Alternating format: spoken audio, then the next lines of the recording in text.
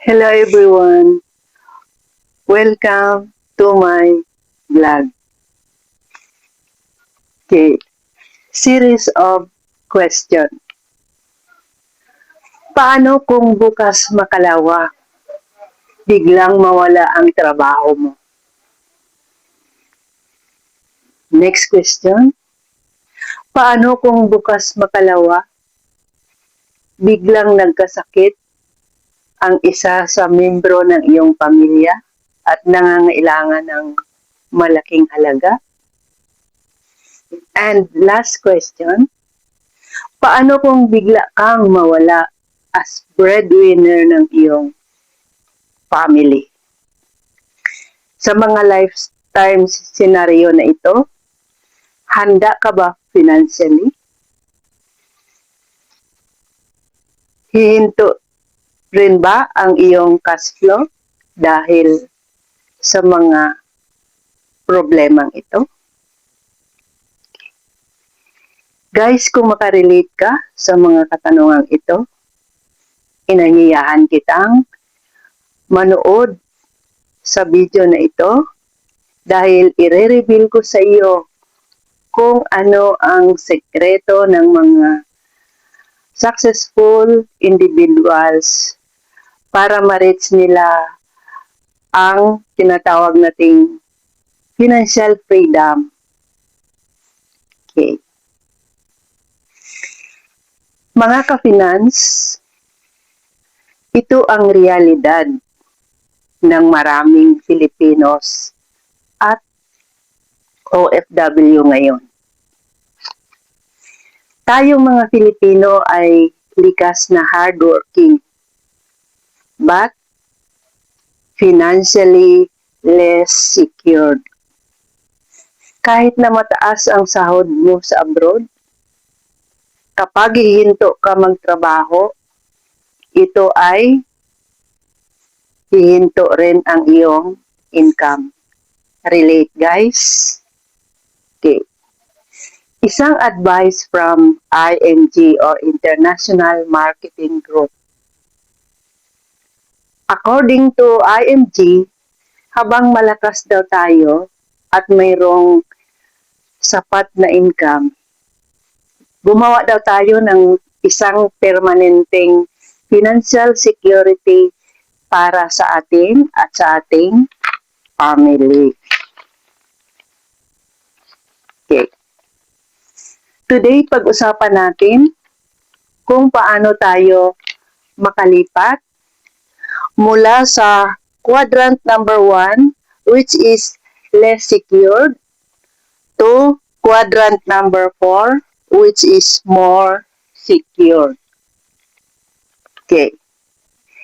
Of course, through the power of IMG business and financial education.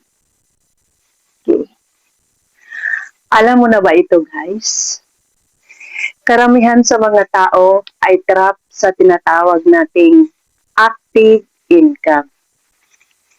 Okay? Kapag nagtatrabaho ka, equals mayroon kang income. Pero kapag tumigil ka sa pagtatrabaho, equals tumigil na rin ang iyong income. So ito yung tinatawag nating quadrant number 1, which is less secured. But guys, good news. Because there is a way for us to move from quadrant number 1 to quadrant number 4. Okay. Which is a more financially secured position wherein our money and our business work for us. At guys, dito na papasok yung usaping ING business. Okay. By the way, guys, what is quadrant number 1? Okay, ano ba ang nire-represent ng quadrant number 1? Okay, guys, for your information, quadrant number 1 represent doon sa mga taong umaasa sa single or nag-iisang income. Okay. Another, yung mga taong they live paycheck to paycheck. Ibig sabihin, hinihintay ang 15-30 para magkaroon ng income mula sa salary. And yung mga taong walang emergency fund, no? Kahit tayo mga Filipino, guys, karamihan, palaging may emergency, pero walang fund. Another guy is walang investment. Okay, so dapat yung mga investment sana ang magbibigay sa atin ng continuous cash flow. Next is walang passive income. Okay, so ang passive income, ito yung nagbibigay sa atin ng income kahit na tayo ay nakabakasyon, kahit na tayo ay natutulog, no? Okay. So, and then, last, kapag may emergency, ang agad na solusyon is pangutang. Okay. So, guys, matanong lang kita. May time ba sa buhay mo na kahit gaano ka kasipag, pero parang kinukulang pa rin ang iyong income? Totoo yan. Diba? Okay, sa panahon natin ngayon, guys, hindi lang hard work ang ating kailangan. Kailangan din natin ang mga sumusunod. One is financial education. Okay, so dapat dahil sa formal education, never na tinuro sa atin kung paano natin palaguin ang ating pera. Next is proper money management, no? So dapat pag kumita na tayo, dapat marunong din tayo mag-manage ng ating kaperahan. The next is multiple income stream, no? Okay, karamihan sa atin kasi mga Filipinos is lang tayo iisang sources of income at yun ang ating trabaho. Ano ang gustong ituturo sa akin ni IMB, no? Okay. So, tanong, why many people stay poor? Bakit daw karamihan, especially sa Filipino, ay manatiling kinakapos? Okay. Guys, minsan ang problema hindi sa maliit ang iyong income, kundi ang problema ay walang sistema at direksyon ang ating mga kaperahan. Ganito kasi ang nangyari, guys. Karamihan sa atin magaling kumita, pero hindi marunong magpalago ng ating pera. Kaya kahit na ilang taon ka sa abroad, pag-uwi mo sa Pilipinas, back to zero pa rin. Masakit, pero totoo.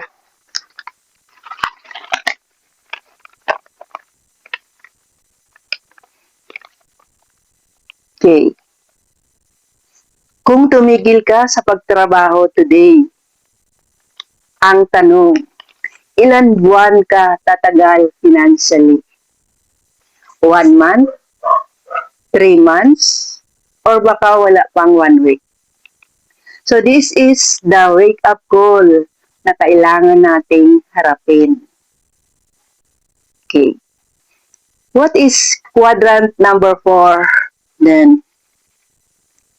Which is more secure financially. Okay. Quadrant number 4 which is a quadrant wherein you have investment. So kung doon ka na sa quadrant number 4, meaning mayroon ka ng investment. Next, you have passive income. So mayroon ka ng income kahit na nakabakasyon ka, kahit na nakatulog ka. Okay. And then you have business system. So hindi lang basta business, guys. Dahil ito ay isang business na mayroong ginagamit na sistema. At dahil sa sistemang ito, scalable, ibig sabihin may posibilidad na pataas, no? Or lalaki ang iyong business. Then, next is your family is protected by insurance. So, guys, sa ating buhay, dalawang insurance ang kailangan natin in order to protect our family. One is yung healthcare, no? Na kung saan pag tayo'y magkasakit, mayroon sasagot sa ating gagastusin. And then yung life insurance na kung saan pag mawala tayo sa mundo, mayroong may iwan sa ating family. And the next is your money works for you. So dito sa quadrant number 4, you are no longer working for money, but your money work for you. And lastly, you have long-term financial plan. So ganon kaganda ang nasa quarter 4. Because you are now more secured financially. Guys, hindi ibig sabihin na milyonaryo ka na kaagad. Ibig sabihin, pag nasa quadrant number 4 ka na, hindi ka na umaasa sa iyong sweldo lang. Mayroon ka ng backup plan. At mayroon ka ng strong financial foundation.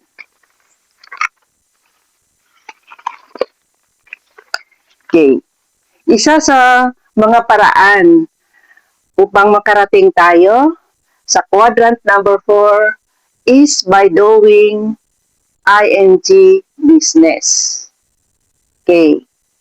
Tanong, how do ING help people move from quadrant number 1 to quadrant number 4? Okay. When you say ING, it stands for International Marketing Group.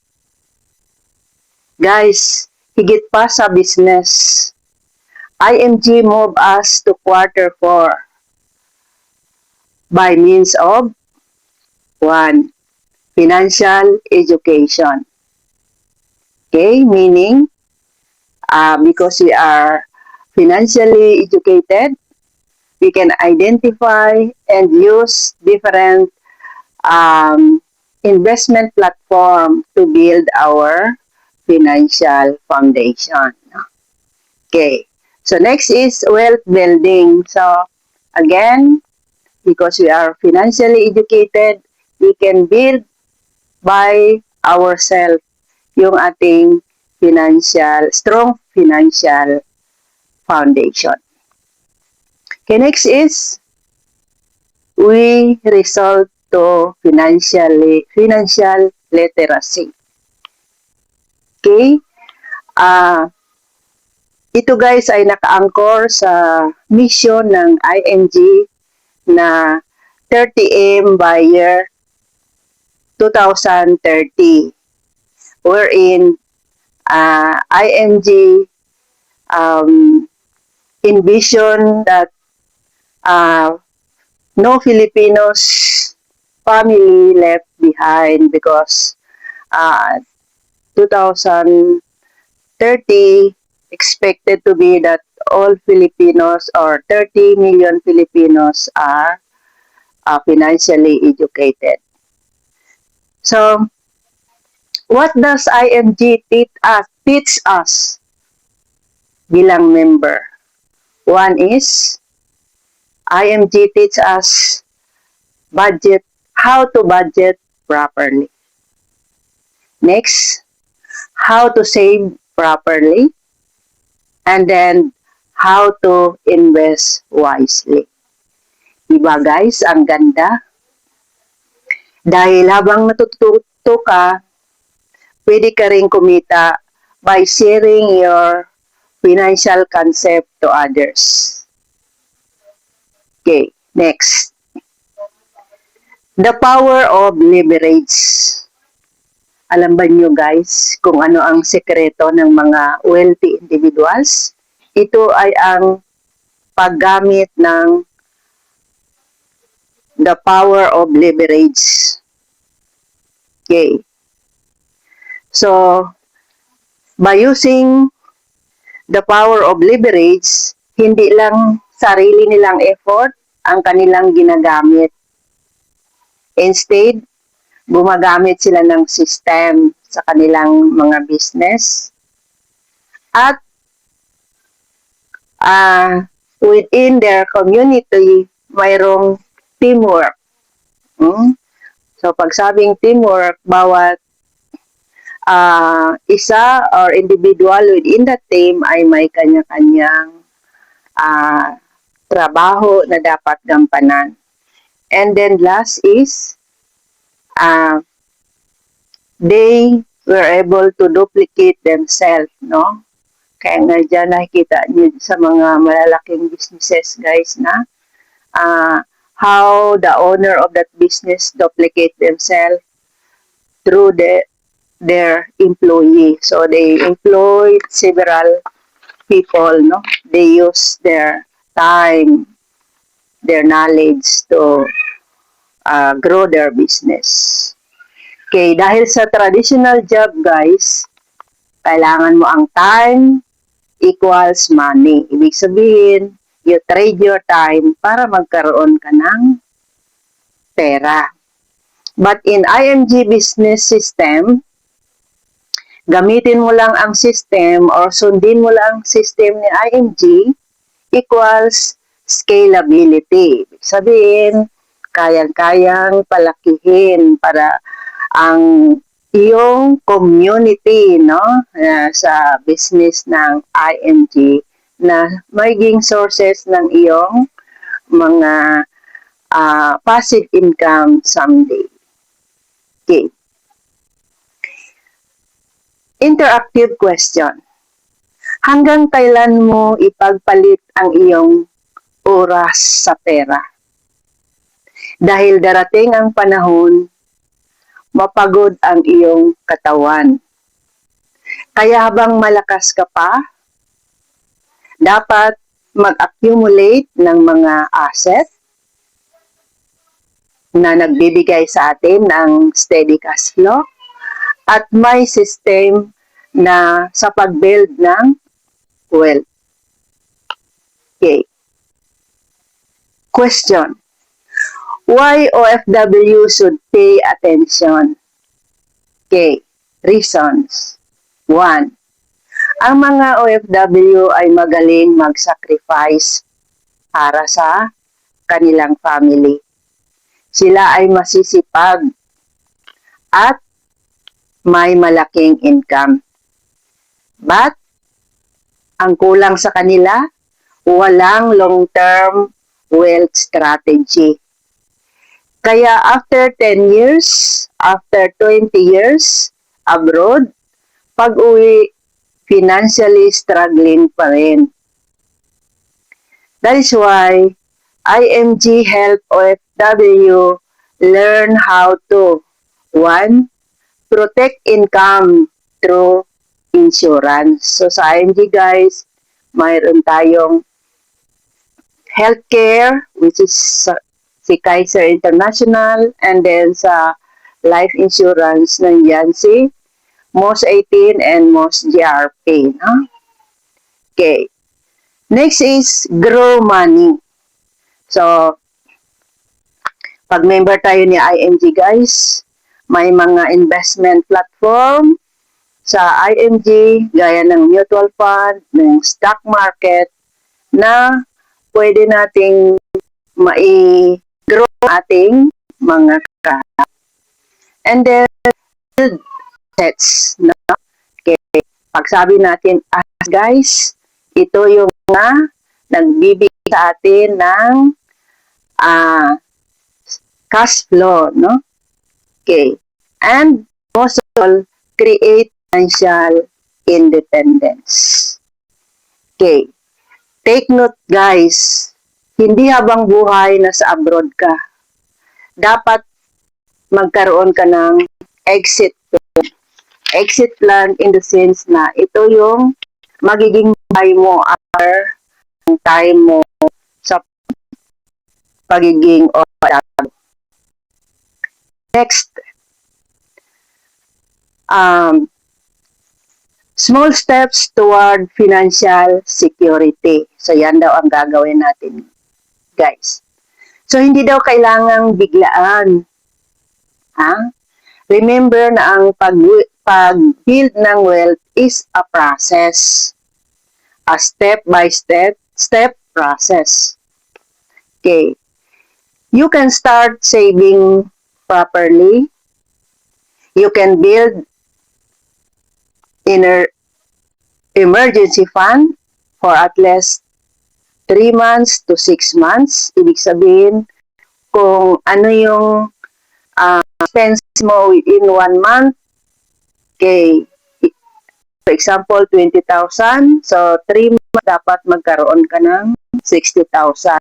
So, kung 6 months ang mo na i-build na emergency fund, so, dapat mayroon kang 120,000, no? Okay. Next is learn to invest wisely. So, take note guys na kung ilalagay lang natin sa mga investment vehicles na napakababa ang interest rate, kay tayo or ang pera natin ay kakainin lang ng inflation. Kaya dapat ilagay natin doon sa mga investment vehicle na mataas sa inflation rate, no? Okay. Next is create additional or multiple stream of income. So yan guys, ang weakness natin ng mga Pinoy dahil umaasa lang tayo sa nag-iisang source of income, no? So, kaya yung mga mayayaman, yumaman sila dahil they create 5 to 7 stream of income, no? And then, next is join the supportive financial community. So, kung member ka ng IMG guys, sigurado na nasa supportive financial community ka. Okay. So, but most of all, change your mindset. Okay, dahil according to sa mga investor tycoon ng ating bansa, wealth starts from our mind before it will goes to our pocket. So, dapat baguhin natin ang ating mindset kung gusto nating magkaroon ng magandang financial future. Okay? Because your financial future changes when your financial mindset changes. Okay? Imagine this guys. One day, hindi ka na kailangan mag-worried sa mga bills na babayaran mo. Hindi ka na natatakot kapag may emergency. At hindi mo na rin kailangang iiwan ang iyong pamilya para kumita ng pera. And ang napakaganda pa guys, someday ikaw na ang makatulong sa iba. So meaning, nakakagawa ka na ng mga charity works. But remember, dream without action remains dream. At ang worst pa guys, is it will become nightmares pag hindi ka umaksyon. Okay. So mga ka-finance, The goal is not just to earn money, but instead to build security, to build asset which give us continuous cash flow, to build financial freedom, and lastly, to build better future with your family. Diba guys, napaganda? So in this case, we can move from quadrant number 1 to quadrant number 4.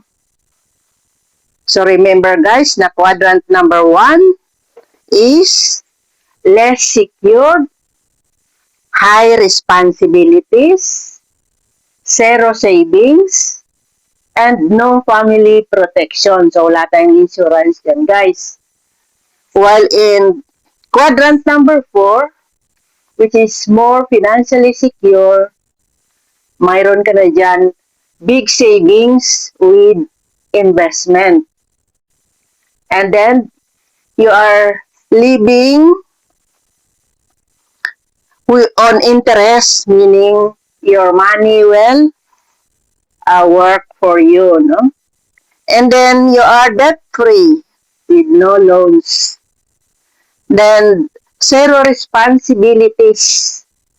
And then, with passive income. So, a money or a business that works for you, no? To bring you to financial freedom. Okay guys, hindi lang ito instant but possible. At minsan, ang first step ng pagbabago ay simple ang decision mo ngayon. Say, I want to learn financially. Okay. If not now, kailangan ka magsimula. Kailan mo i-build ang mas secured na future mo at ng iyong family. Because the future of your family depends on the financial decision you make today. Guys, don't forget to share and subscribe my channel so that more Filipinos are financially literate. Okay, your host, Ma'am Norms, signing off. And thank you for watching and see you on my next video. Bye-bye!